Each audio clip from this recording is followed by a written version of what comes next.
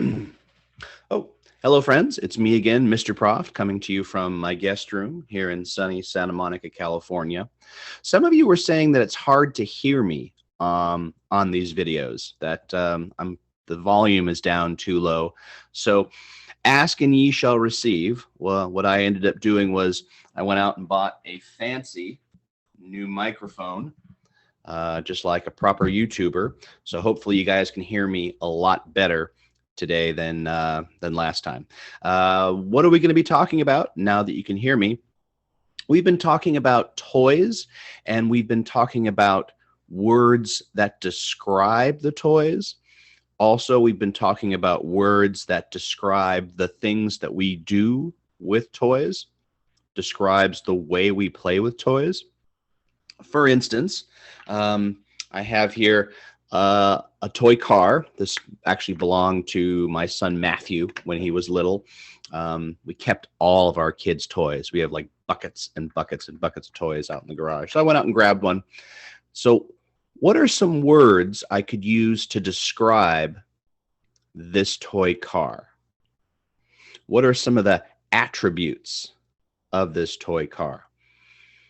Well, I could say the color that it is. I could describe the toy by saying it's sort of pink on top and blue on the bottom. So those are some words I'm using to describe them. I could also describe what it's made out of. This toy is made out of plastic, right? It's not made out of wood. It's not made out of metal. It's made out of plastic. So I would say this is a plastic pink and blue car. I could also describe it by telling you how big it is. I would say this is probably like a medium-sized toy. It's bigger than a Matchbox car, but it's a lot smaller than a car that I could actually get inside of. So I would say this is a medium plastic pink and blue toy car. So those are some ways that I could describe what it looks like. What are some words I could use to describe the way I play with it?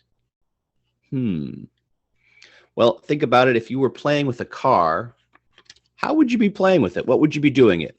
Would you be wearing it like a hat? Probably not. You probably would not be wearing it like a hat. You might be pushing the car. You might be rolling the car.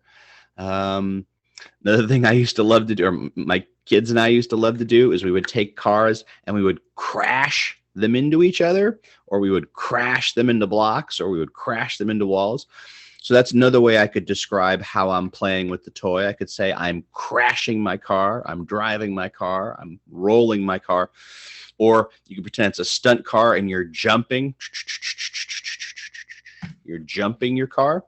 If we were outside and I wanted to pretend this was a flying car, I might throw my car. So here's what you're going to do. Here's your job for today. You're going to go into your room, find a toy, could be any toy, and you're going to sit and play with it for a few minutes. And then I want you to draw and label a picture showing how you played with that toy. Did you push it? Did you roll it? Did you throw it? Did you spin it? Did you bounce it? I mean, I'm not going to bounce this, but if I was playing with a ball, I might be bouncing a ball. If I'm playing with a little action figure, I may say I was making my action figure fly, or I was flying my action figure around. I was fighting with my action figure. Ha, ha, ha, ha. But you're going to describe how you played with that toy. And if you also want to, if you want to be really cool, you could describe the toy and describe how you played with it. So you could say, I crashed my pink car. So there you go. I'm telling you what I did, and I'm telling you what I did it with. I'm describing the car, and I'm describing what I did with it.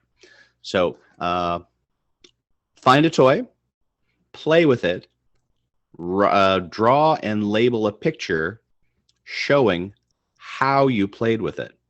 And if you want to actually include words, like I said, well, you're labeling it, so you should be including some sort of words or getting a grown-up to help you with that.